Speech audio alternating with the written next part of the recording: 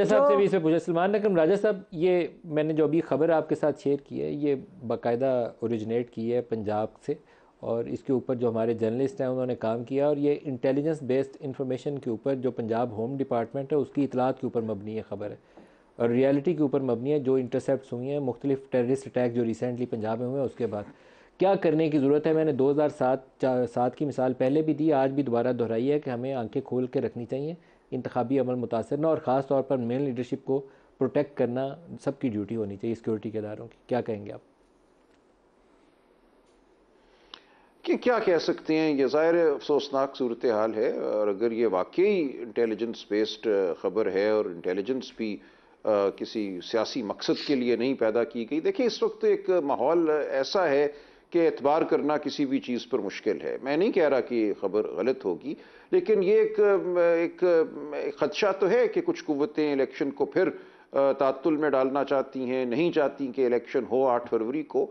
तो अब उनका क्या रोल है? क्या ये उन कुव्वतों की जानिब से कोई कार्रवाई की गई है, ये जो खबर पैदा की गई है, या वाक़यातन ये कोई राजा और साहब, ये ताकतें उस हैं जो तरीके मुल्क से की मुखालिफ मैन्युफैक्चर्ड हैं? नहीं है, ये वो मन घड़त नहीं है कि इंतखाबी अमल को डिले करवाने के लिए खबर प्लांट की जाए ताकि इससे खौफ फैले। ये बताया जो हमें हमारी इतलात है अभी तक जो हमने इन्वेस्टिगेट किया है कि ये मियाँ वाली अटैक के बाद कुछ इंटरसेप्ट हुई हैं जिसके नतीजे में ये चीज़ें ये इकदाम लिए गए। तो मेरे ख्याल में प्रिकॉशन है, लेनी चाहिए।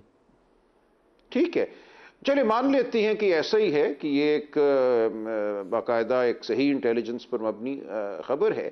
तो अब क्या करें? देखिए, मैं नहीं समझता कि फूल प्रूफ सिक्योरिटी जो है, जब इतना बड़ा एक अमल हो जो इंतखाबात का अमल है, वो किसी भी मुल्क की ज़िंदगी में, इज्तमाही ज़िंदगी में, पीस टाइम में, वो कहते हैं हालत अमन में, सबसे बड़ी जो एक मोबिलाइजेशन होती है, जो रियासत हरकत में आती है, वो आम इंतखाबात के दौरान आती है। उसमें लाखों लोग जो हैं वो सड़कों पर होते हैं, जलसों में होते हैं, सैकड़ों की तादाद में उम्मीदवार होते हैं।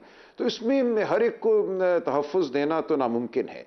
अब बिल्कुल ठीक है, जो चीदा चीदा रहनुमा हैं उनको तो यकीनन तहफ़्फ़ुज़ देना चाहिए, लेकिन उनके अलावा भी हमने देखा माजी में इलेक्शन में जो दूसरी पीढ़ी या तीसरी पीढ़ी के रहनुमा होते हैं, जो इलेक्शन में उम्मीदवार होते हैं, उन पर भी हमले हुए हैं और अफसोसनाक हलाकतें, शहादतें हुई हैं।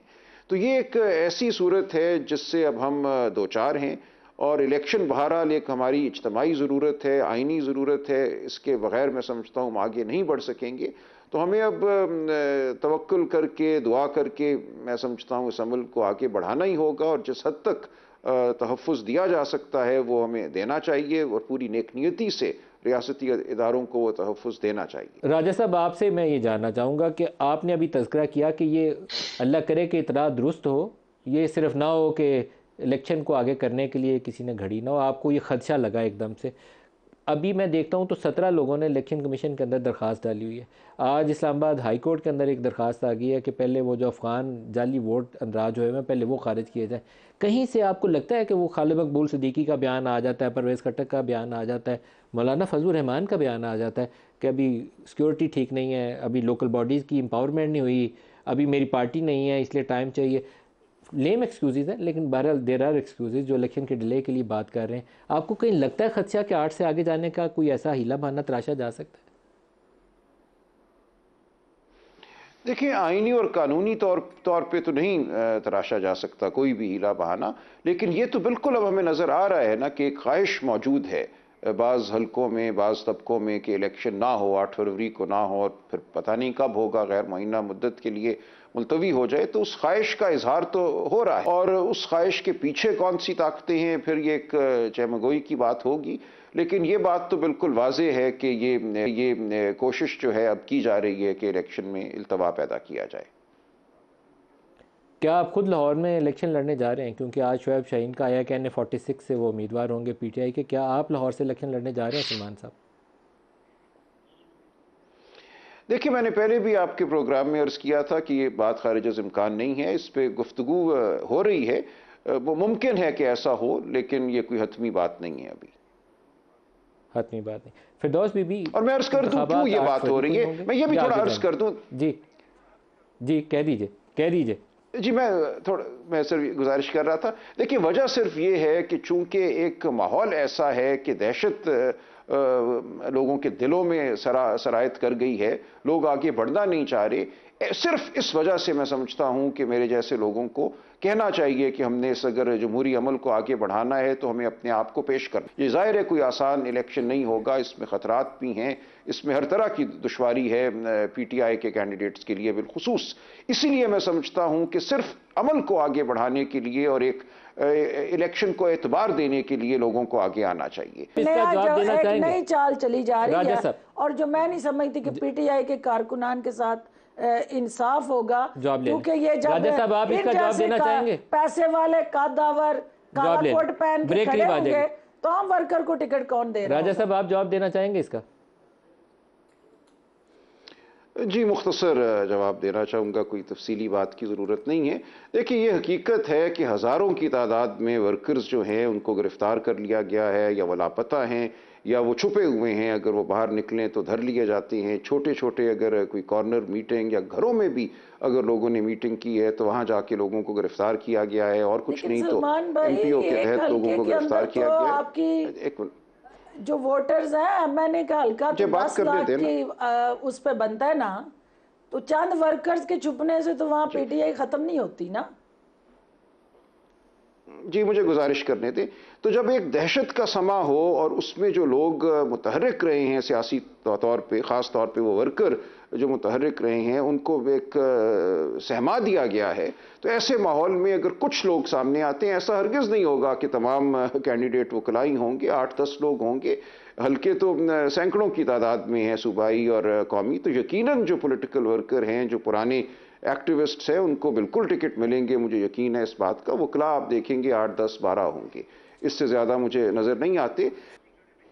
राजा साहब, जो मुख्तलिफ फ़ैसले असम्बलियों के तोड़ने के ऊपर आते रहे ना, कि नुसरत भुट्टो केस में क्या था, वो आसमा जिलानी केस में क्या था, या वो बाद में ज़फ़र अली शाह केस में क्या था, उसको तो साइड पे रख दें। जुल्फ़िकार अली भुट्टो हैंगिंग, फिर उसके बाद वज़ीर आज़म जो निकाले गए पाकिस्तान में पीपल्स पार्टी के दौर में, सबसे पहले गिलानी साहब, उसके बाद नवाज़ शरीफ वाला मामला, उसके बाद अभी इमरान खान का केस जो अभी चल रहे हैं, ये इनकी तरफ बाद में आते हैं। पहले स्टार्ट पहले से कर लें जुल्फ़िकार अली भुट्टो से। आपको लगता है कि अदलिया इस चैप्टर को साफ़ करने की कोशिश करेगी, अपने हाथ साफ़ करेगी उन धब्बों से जो कभी 63 एक ही शक्ल में लगते रहे, कभी केस पनामा का आया तो इकामा पे कहा कि सादिक और अमीन ही नहीं है। ऐसे ऐसे कमालात किए हैं अदलिया ने कि मुझे लगता है कि वो अपने केसों की खुद भी मिसाल नहीं दे सकते। क्या इंसाफ करेगी अदालत? नहीं, मैं इसका खैर मकतम करता हूँ। अगर ये भुट्टो साहब वाला मुकदमा देखा जाता है और अदलिया एतराफ़ करती है कि उससे गलती हुई और संगीन गलती हुई और किसी के दबाव में आकर गलती हुई, तो ये मैं समझता हूँ एक साइब कदम होगा। लेकिन अफसोस ये है कि भुट्टो साहब का जो मुकदमा था वो एक सिलसिले की कड़ी है। वो कड़ी उससे पीछे भी जाती है, 50 की दिहाई तक भी जाती है, और वो आज दिन तक चलती चली जा रही है।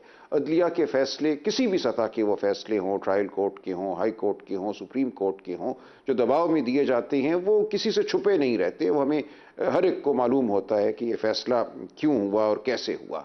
तो क्या ये अमल रुक जाएगा? हम ख्वाहिश करते हैं, हम तमन्ना करते हैं कि ये अमल रुक जाए, इस तरह के फ़ैसले आइंदा ना हों। लेकिन मैं इस बारे में इस वक्त हतमी तौर पे ये बिल्कुल नहीं कह सकूंगा कि अगर ये फ़ैसला हो जाता है, भुट्टो साहब के केस को असर नौ देखा जाता है और उसमें जो फाश गलतियां हुई उनका इजहार कर दिया जाता है, तो आइंदा ऐसा नहीं होगा। क्योंकि हमारे निज़ाम में एक कजी है, हमारे निज़ाम में एक ताकत का एक अंसर है जो हर उसूल पर हावी हो जाता है, और वह अंसर मौजूद है। जब तक ये ताकत और उसूल के दरमियान जो कशमकश है उसूल के हक में तय नहीं होगी, हम इस तरह के फैसले देखते रहेंगे। क्योंकि जो लोग वहाँ बैठते हैं जज साहिबान, वो बिलाखिर आम इंसान होते हैं, उनका ओहदा कुछ भी हो, और उनकी जो बाद की जो तारीख़ लिखते हैं या अपने हालात बयान करते हैं बाद के इंटरव्यूज़ में, या अपनी जो वो सरगुज़श्त बयान करते हैं, उसमें ये बातें सामने आती चली जाती हैं कि क्या हुआ और क्यों हुआ। तो एक धब्बे हैं हमारी तारीख़ के जिनको हमें धोना है। लेकिन ज़्यादा ज़रूरी ये है कि आइंदा हम उसूल के साथ खड़े हों, उसूल के ख़िलाफ़ ना जाएं, और जो एक हक़ की बात है वो हम करते रहें। जो बयानिए बनाए जाते हैं लोगों को जेर करने के लिए, एक सियासी वाबस्तगी की वजह से हम उन बयानियों के साथ जुड़ तो जाते हैं, लेकिन वो जुड़ना हमारा एक बड़ा वक्ती किस्म का होता है और वो हर दौर में जो ताकत है, जो बालादस्त है, उसकी हिमायत में हम बयानियां जो है घड़ते हैं और उसके साथ खड़े होते हैं। असल जरूरत ये है कि जो मातूब है उसके खिलाफ जो बयानियां है उसकी मुदाफियत की जाए। कमालात हैं कि बाज़ मामलात में आपको देख के आप दंग रह जाते हैं कि हुआ कैसे। जनरल मुशर्रफ के केस में अभी जस्टिस वकार सेठ का जो फैसला था, वो घूमता फिरता लाहौर हाई कोर्ट पहुंचता है, लाहौर हाई कोर्ट उस स्पेशल कोर्ट की कॉन्स्टिट्यूशन को गलत करार देती है। वो मामला भी सुप्रीम कोर्ट के सामने, आई होप कि वहाँ पे भी इंसाफ के तकाज़ों के मुताबिक हुक्म आएगा। एक ये चीज़ें हमारी अदालत करती है, हाई कोर्ट। मैं अर्ज करूँ तो फिर आप किससे इंसाफ की तरफ देखेंगे? कमाल नहीं हो जाता पाकिस्तान में? नहीं, मैंने इसीलिए अर्ज किया, ये हर सतह पे हुआ है। ये ऐसा नहीं है कि सिर्फ कोई निचली सतह की अदालतों ने ऐसे फैसले किए, ये हर सतह पे हुआ। असगर खान केस आपके सामने है। देखिए 1990 में जो बेनज़ीर भुट्टो के साथ किया गया, जिस तरह IJI बनाई गई, IJI की लीडरशिप को जिस तरह पैसे फराहम किए गए, वो तमाम मामला असगर खान केस में खुल के सामने आ गया। और जिस तरह उस वक्त जो एक लीडरशिप बनाई गई, उसने ताईद और ताउन अपना पेश किया उन कुव्वतों को जो जमहूरी अमल के खिलाफ थी, जो जमहूरी अमल में शगाफ डालना चाहती थी। ये हमारी तारीख का हिस्सा है। तो इस हमाम में कोई भी सुथरा नहीं है। हम किसी पे उंगली उठाए तो वो उंगली हमारी अपनी तरफ आती है। लिहाजा हमें ये याद रखना चाहिए कि किसी ना किसी दौर में हर सियासी जमात जो इस वक्त हमारे सामने है, उसने तायीद की है, उसने मुआवनत चाहिए है उन कुव्वतों की जो जमहूरी अमल के खिलाफ हैं, जो जमहूरी अमल को रोकती हैं। अब हमें सबको इयादा करना चाहिए, तहैया करना चाहिए कि हम अवाम के साथ हैं, हम जमहूरियत के साथ हैं, जमहूरी अमल के साथ हैं।